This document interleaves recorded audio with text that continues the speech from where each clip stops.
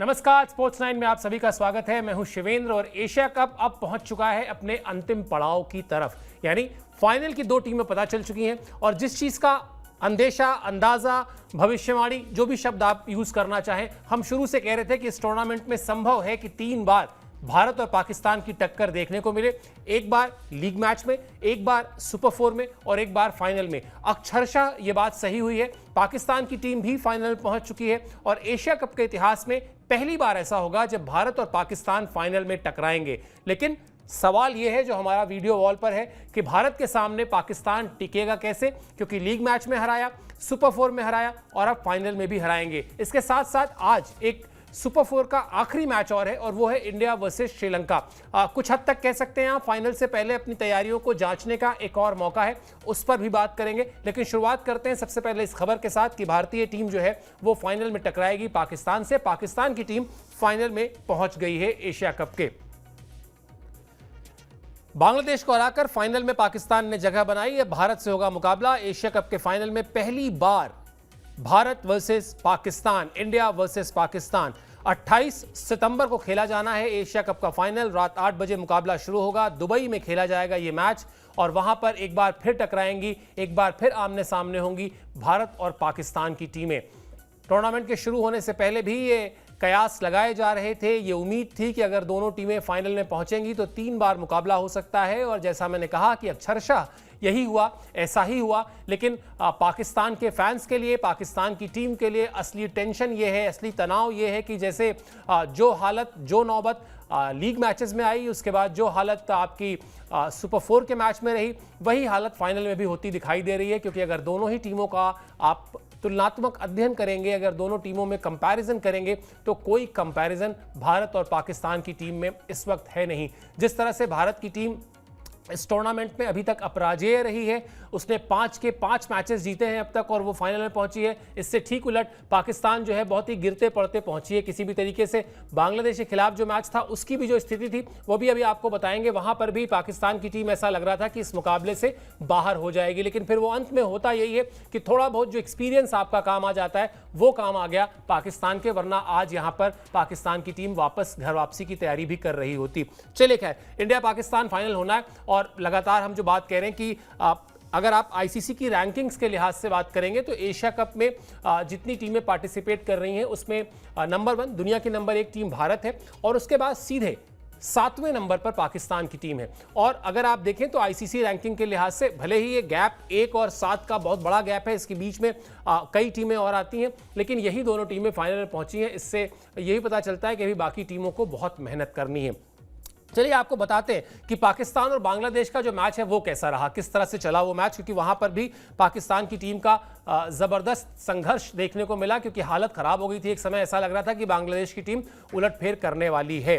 पाकिस्तान ने पहले बल्लेबाजी की, 135 रन बनाए। जवाब में बांग्लादेश की टीम 124 रन ही बना पाई। पाकिस्तान को 11 रन से रोमांचक जीत मिली। इस जीत में शाहीन शाह अफरीदी और हारिस रऊफ यानी पाकिस्तान के वो 2 तेज गेंदबाज जिन्होंने 3-3 विकेट लिए, और देखा जाए तो गेंदबाजों की बदौलत पाकिस्तान की टीम को ये जीत मिली है क्योंकि दोनों ही गेंदबाजों ने अपने अनुभव का इस्तेमाल करते हुए वो जो टेंस मोमेंट होता है उस टेंस मोमेंट में उन्होंने अपनी टीम को जीत दिलाने में की कोशिश की, प्रयास किया और वहां पर उनको कामयाबी मिली।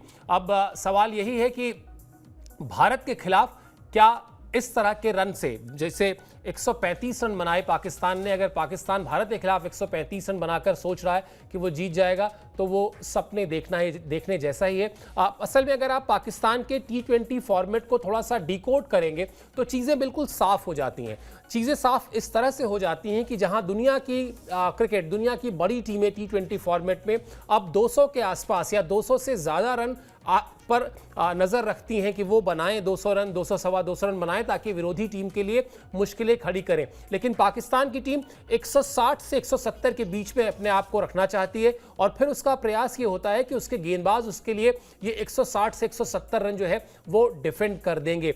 बांग्लादेश के खिलाफ इस मैच में जिसका हम जिक्र कर रहे हैं, जो एक तरीके से वर्चुअल सेमीफाइनल था क्योंकि दोनों टीमों में से जो टीम जीतती उसको फाइनल में पहुंचना था, यहां पर तो पाकिस्तान की बल्लेबाजी का जो आलम था वो सुपर फ्लॉप रहा। 160 170 की जगह टीम 135 तक ही पहुंच पाई और वो भी वहां पर भी गेंदबाजों की बदौलत जब बल्लेबाजों ने घुटने टेक दिए तो गेंदबाजों ने उसकी जिम्मेदारी को संभाला। अगला अपडेट आपको दिखाते हैं तो ये कहानी और साफ हो जाएगी कि किस तरह से एक बड़े मुकाबले में, एक वर्चुअल सेमीफाइनल में पाकिस्तान के बल्लेबाजों का फ्लॉप शो देखने को मिला।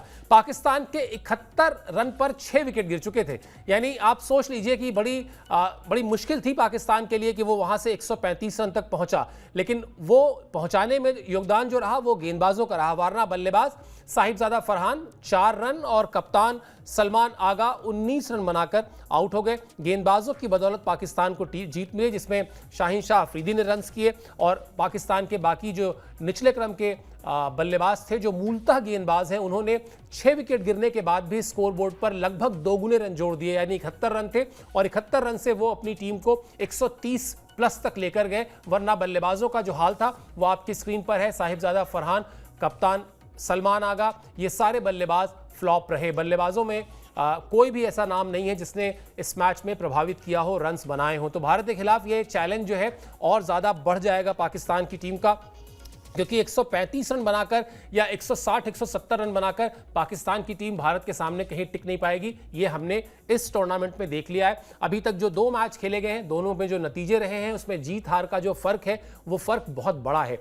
एक मैच भारत ने 7 विकेट के अंतर से जीता था और एक मैच भारत ने 6 विकेट के अंतर से जीता था। T20 फॉर्मेट में 5 विकेट 4 विकेट से ऊपर कोई भी अगर फर्क है जीत और हार के बीच तो बहुत ही कन्विंसिंग जीत मानी जाती है।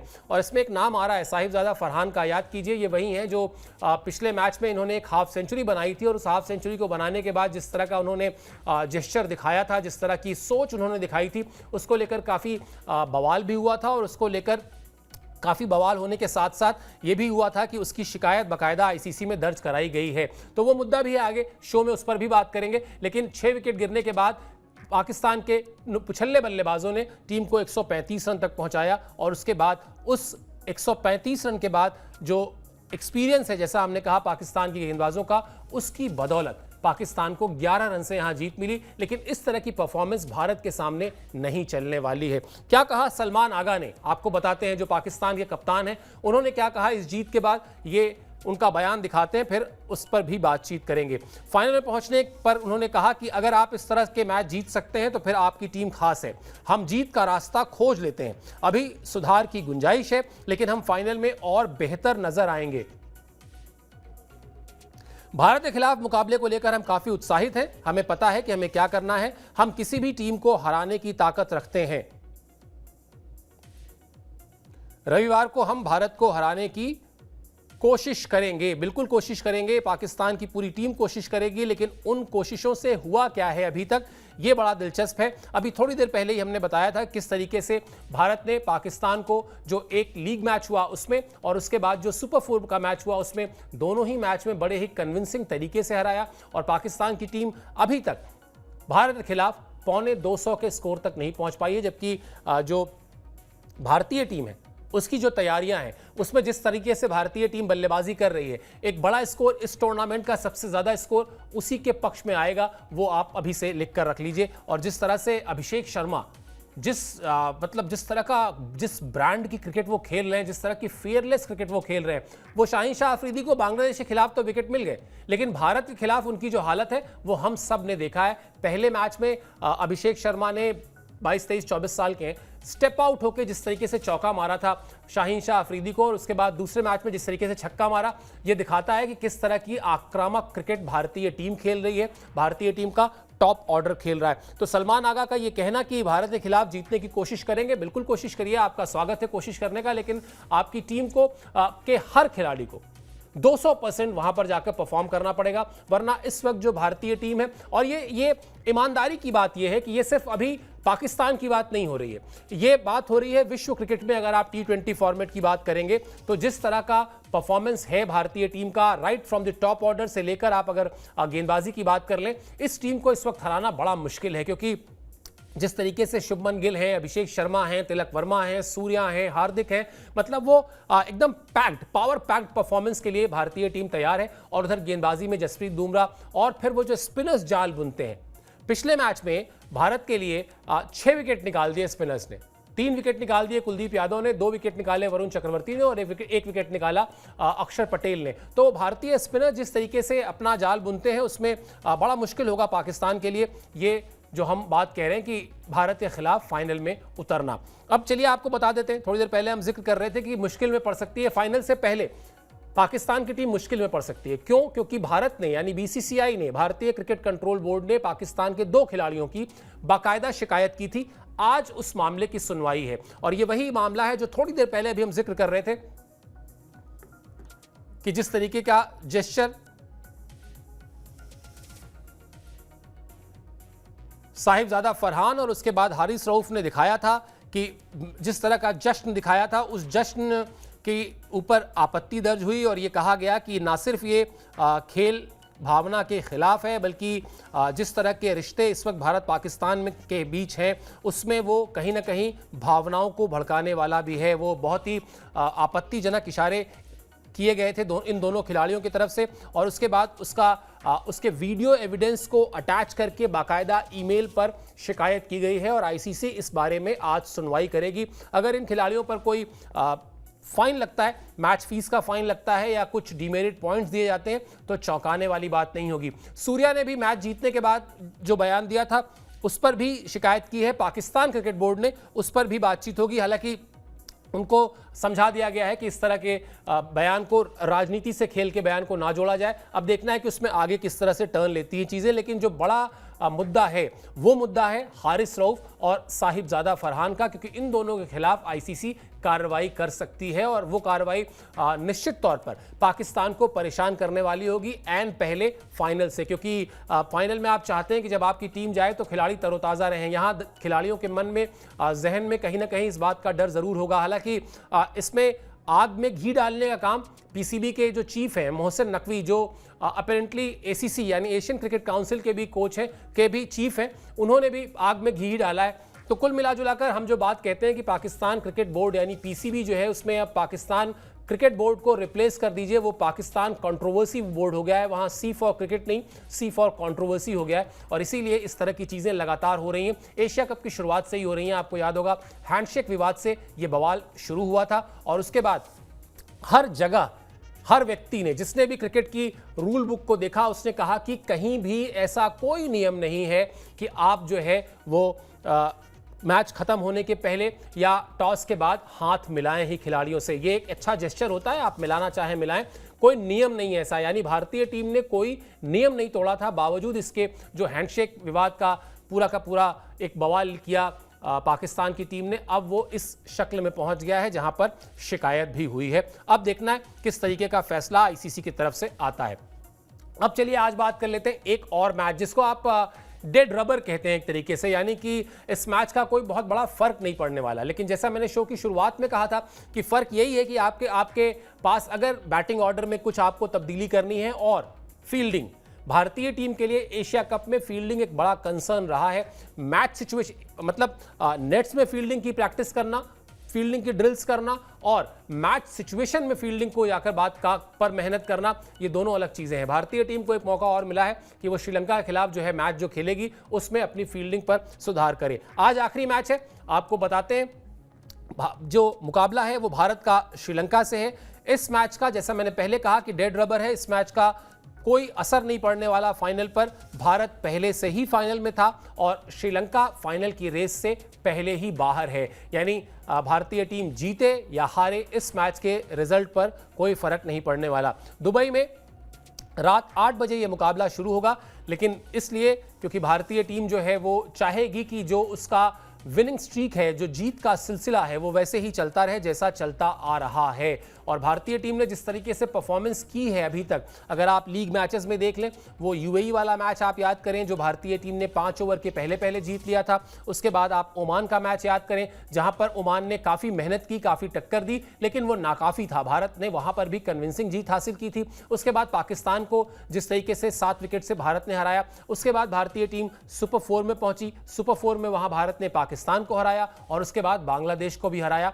पंजा लग चुका है जीत का, अब जीत का सिक्सर लगना है, तो वो भारतीय टीम चूकेगी नहीं। और अगर आप पिछले कुछ समय में लिमिटेड ओवर फॉर्मेट में जब भी भारतीय टीम मल्टीनेशन टूर्नामेंट में गई है, इसी दबदबे के साथ गई है, इसी तैयारी के साथ गई है कि उसको एक भी मैच में कॉम्प्लेसेंट नहीं होना है, एक भी मैच में ढिलाई नहीं बरतनी है और जीत के साथ फाइनल तक का सफर तय करना है। वो 2023 वर्ल्ड कप में फाइनल में ऑस्ट्रेलिया ने हरा जरूर दिया था, लेकिन उसके बाद से भारतीय टीम ने वो जिंक्स भी तोड़ा है कि फाइनल जीतना भी हमें आता है, वो चाहे T20 वर्ल्ड कप हो और चाहे फिर चैंपियंस ट्रॉफी हो। बड़ी ही कमाल की परफॉर्मेंस रही है लिमिटेड ओवर में अभी तक भारतीय टीम की और एक्सपेक्टेड भी है उससे।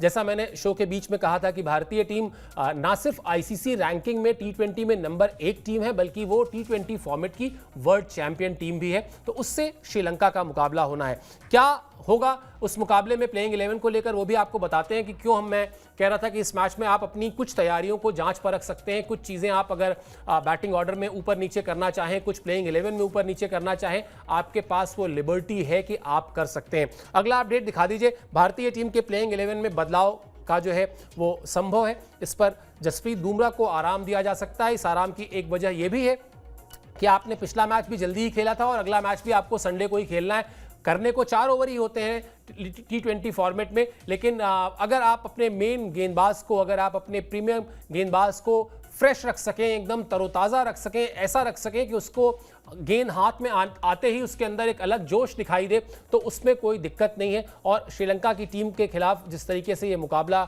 डेड रबर है, आप अगर जसप्रीत बुमराह को आराम दे भी देते हैं तो कोई उसमें दिक्कत नहीं आने वाली। जितेश शर्मा, रिंकू सिंह को मौका देने की बात चल रही है, सिर्फ इसीलिए कि किसी बड़े मैच में कभी कहीं ज़रूरत पड़ जाए। हालांकि अब उतने मैचेस हैं नहीं, इसके बाद सीधा आपको फाइनल खेलना है। लेकिन हाँ, कई बार होता है कि आप चाहते हैं कि मैच प्रैक्टिस भी खिलाड़ियों को मिलती रहे बीच बीच में, और आपको कुछ एक ऐसा कहते हैं ना कि आपको कुछ एक ऐसी चीज़ क्लिक कर रही है दिमाग में जो आप बार बार नहीं कर पा रहे।